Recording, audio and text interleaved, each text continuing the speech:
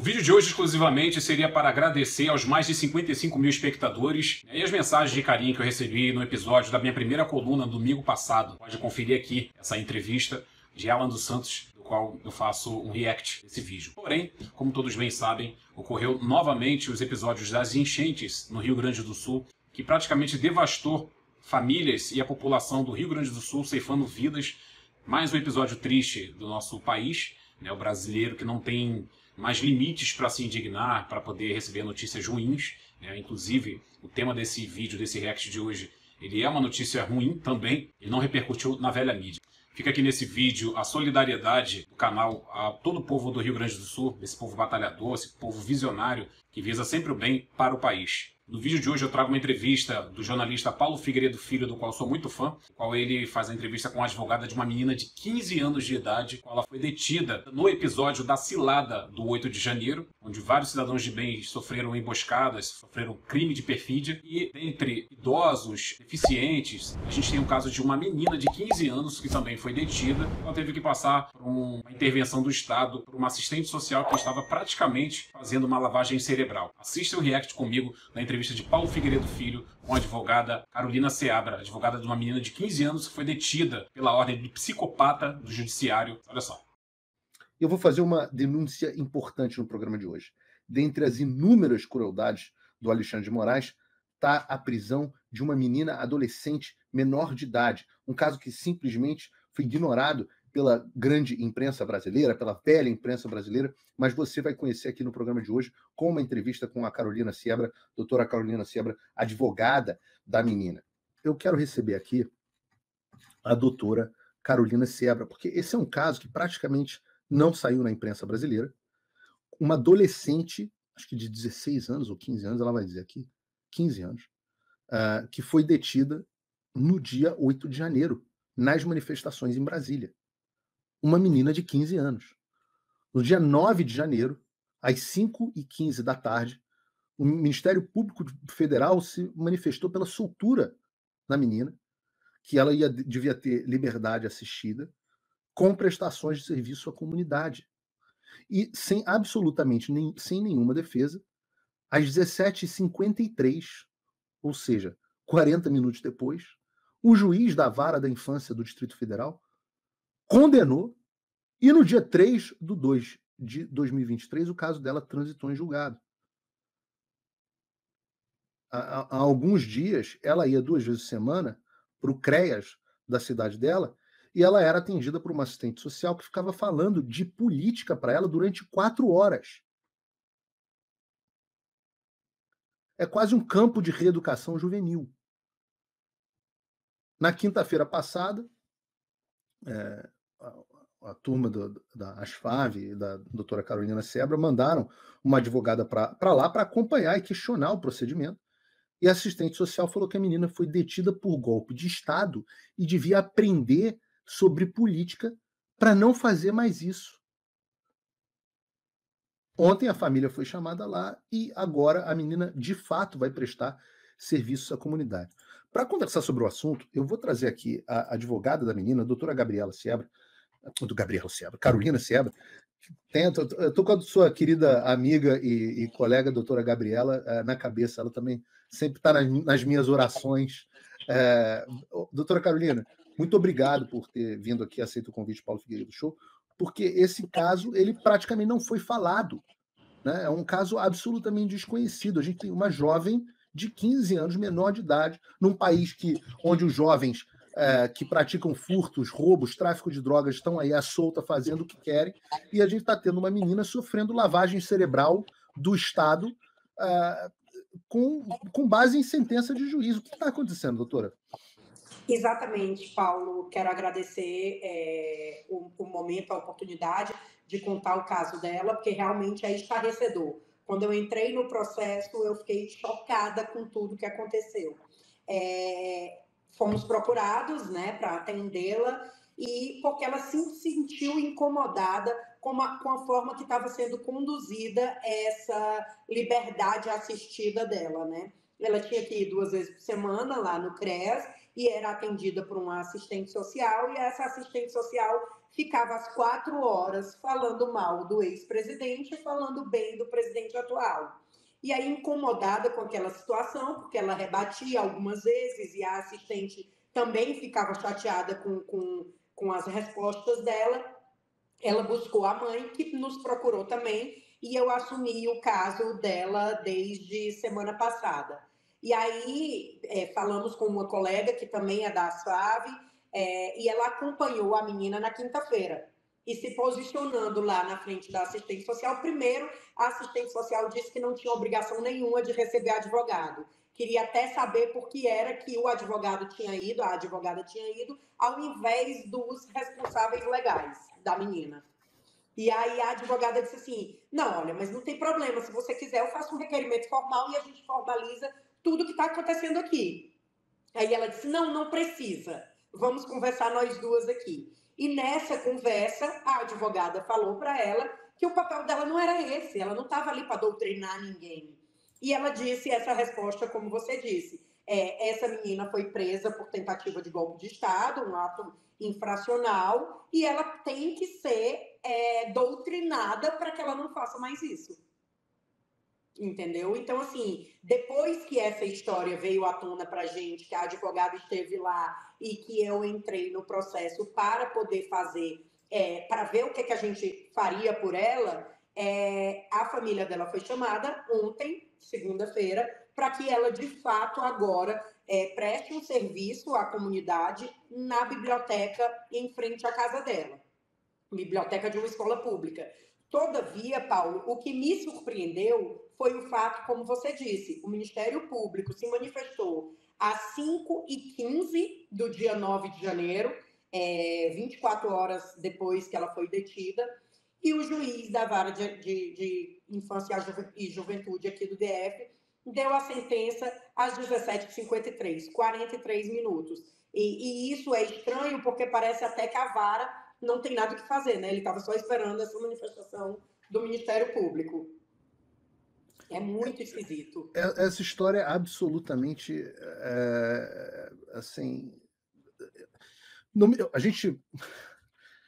Eu fico até sem palavras. A gente já passou, nós já fizemos entrevistas juntos e já assisti vários detalhes sobre as inúmeras violações constitucionais, legais, os absurdos ao devido processo legal que aconteceram no 8 de janeiro no Brasil. Mas eu não canso de ser surpreendido com novos absurdos. Eu achei que a gente já tinha chegado a um ponto onde nada mais me deixasse nesse estado de perplexidade. Eu mesmo vale para a nossa audiência. Mas, neste momento, eu não sei o que dizer. Eu não sei como alguém pode, em sã consciência, defender um campo de reeducação política para uma jovem, independente do que ela pensa. Que ela tivesse defendendo um golpe de Estado. O que, meu Deus do céu, se a gente for agora cercear os jovens pelas besteiras que eles falam, bom, em primeiro lugar, a gente não teria talvez Felipe Neto, ele não teria nem existido como fenômeno, embora hoje ele já seja um homem velho, barbudo, né? Mas o jovem ele tem o direito de falar as bobagens dele. Agora, você pegar um jovem dentro de uma manifestação e mandar para um campo de reeducação política, isso é algo distópico, sem dúvida nenhuma, mas que é presente na China, por exemplo. Na China é exatamente isso que acontece com aqueles que resolvem, aqueles jovens que resolvem de alguma forma e contra o pensamento vigente. Doutora, essa jovem, qual a história dela familiar? Ela estava com os pais? O que ela estava fazendo na manifestação? Então, ela estava com a mãe dela na manifestação. Ela é uma jovem que, inclusive, tem alguns problemas de saúde, né? Ela tem TDAH, e aí a mãe dela sempre estava ali com ela, né? Ela foi detida, a mãe dela também foi detida, a mãe dela foi levada ao presídio da Colmeia e ela ficou detida aqui no DF até o outro dia, quando a irmã dela veio do estado delas para buscá-la. E aí foi quando ela passou por essa oitiva com o Ministério Público e assinou esse papel de compromisso. Essa remissão que o Ministério Público faz, Paulo, é como se fosse um acordo de não persecução penal, que é esses que estão sendo impostos para as outras pessoas. Acontece que o processo dela não tem absolutamente nenhuma prova que essa menina cometeu esse ato.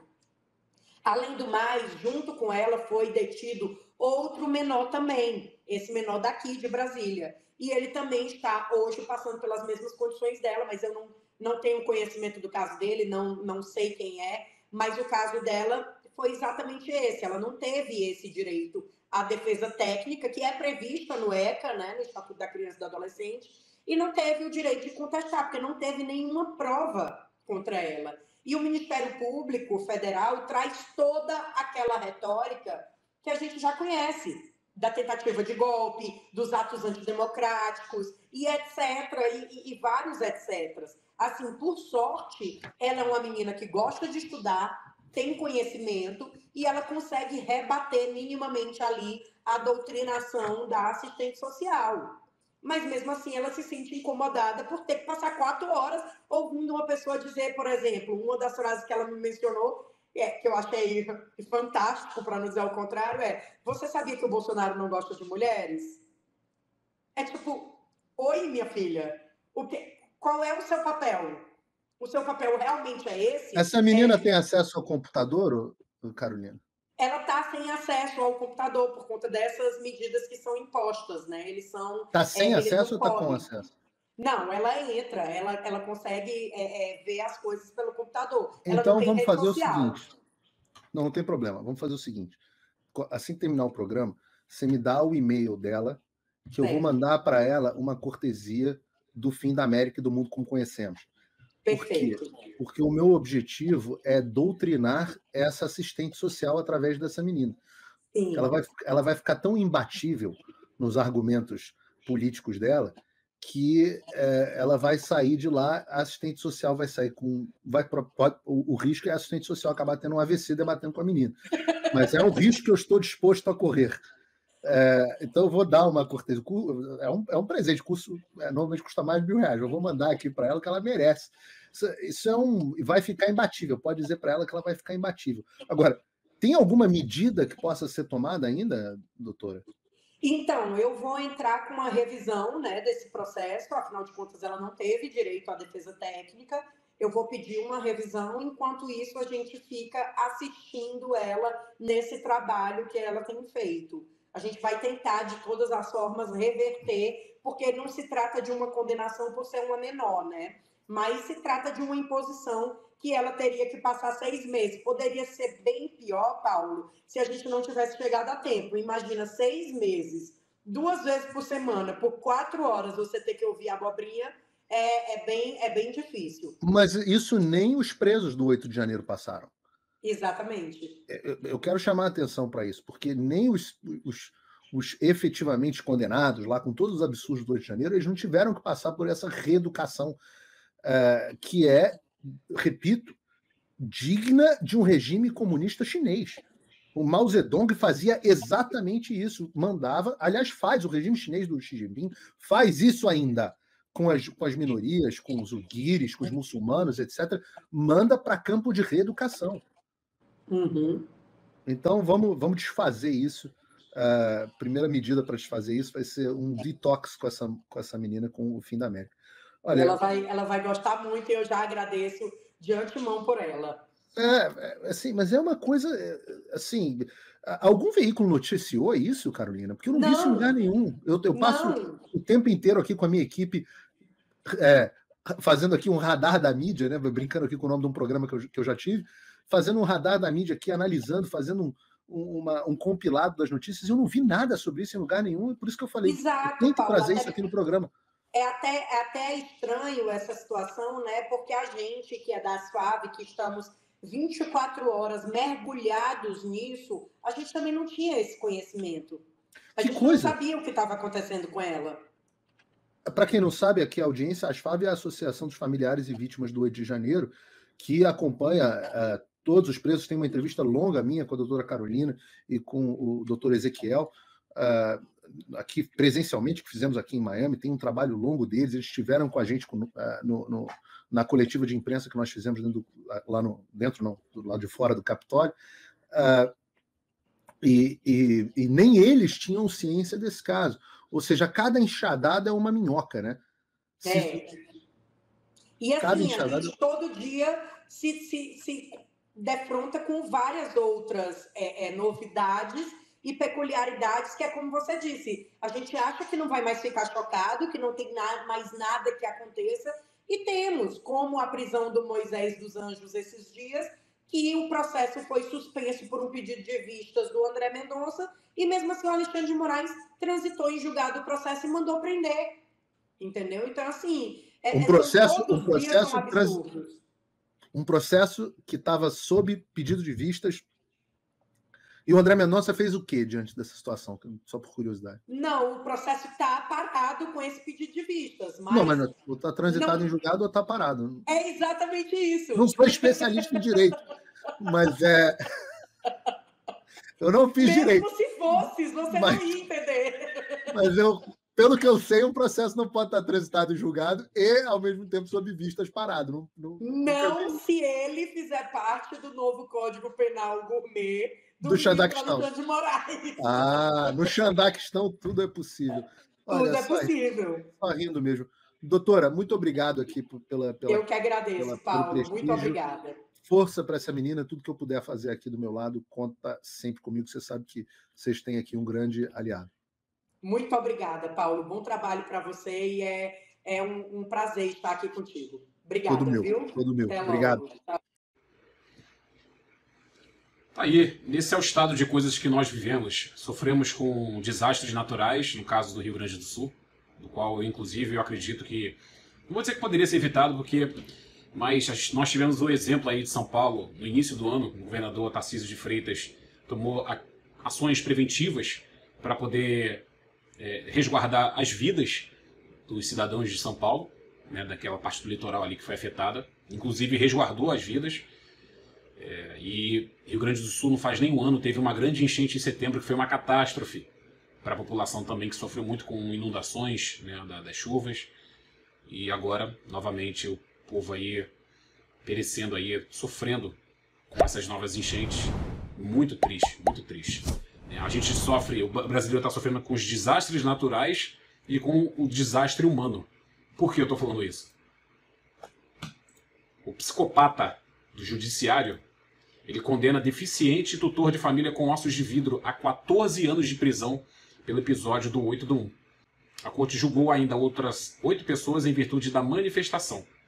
O Supremo Tribunal Federal, o STF, condenou mais 10 pessoas pelo 8 de janeiro no julgamento no plenário virtual, concluído em 26 de abril. As penas fixadas variam entre 11 a 17 anos, mais pagamento de multa. Entre os que tiveram destino selado está Rodrigo Ramalho, tutor de uma família na qual 3 pessoas têm ossos de vidro, doença chamada de osteogênese imperfecta. Ramalho ainda é pai de um autista que precisa de cuidados especiais. Outro preso do 8 de janeiro na lista de condenados pelo STF, Thelma Aparício, cidadão português que teria financiado o protesto. O homem de 48 anos tem deficiência auditiva. Ou seja, olha o rosto desse sujeito aqui.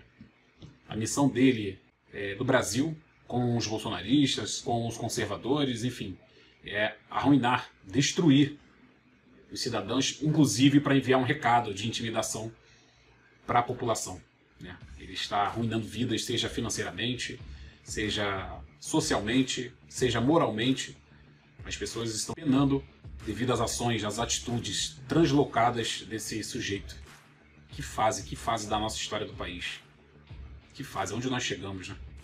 Para encerrar, gostaria de deixar aqui meu agradecimento a todos os espectadores que assistiram, né, a estreia do domingo passado, na entrevista de Alan dos Santos, e que estão assistindo até esse momento aqui, essa entrevista importantíssima de um assunto que não repercutiu no Brasil. Não repercute porque a velha mídia não quer que repercute. Se não for nós, a mídia independente, os canais como a Gazeta do Povo, a Revista Oeste, você não vai saber de fato o que está acontecendo no país.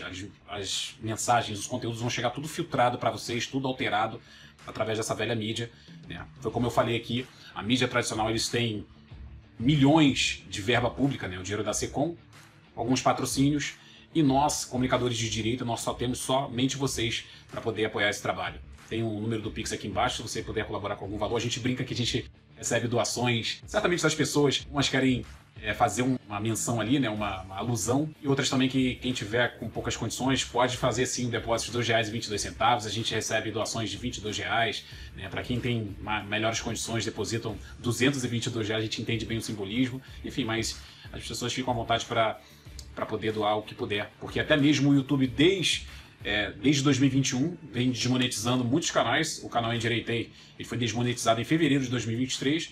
Então essa doação de vocês ajuda aí a gente a pagar os produtores, os editores, a equipe do canal, que é muito importante para a gente continuar sustentando esse trabalho aqui. Mas acima de tudo, o prazer de a gente estar fazendo a comunicação com vocês, trazendo notícias relevantes, isso é o mais importante. E todo apoio, toda força aí para o pessoal do Rio Grande do Sul. Muita oração para esse povo que tem sido castigado com as chuvas, e muita oração para a população brasileira que tem sido castigado pelas ações arbitrárias de um judiciário que mancham a nossa história, tá bom? Muito obrigado para você que assistiu até aqui e até o próximo vídeo. Um abraço.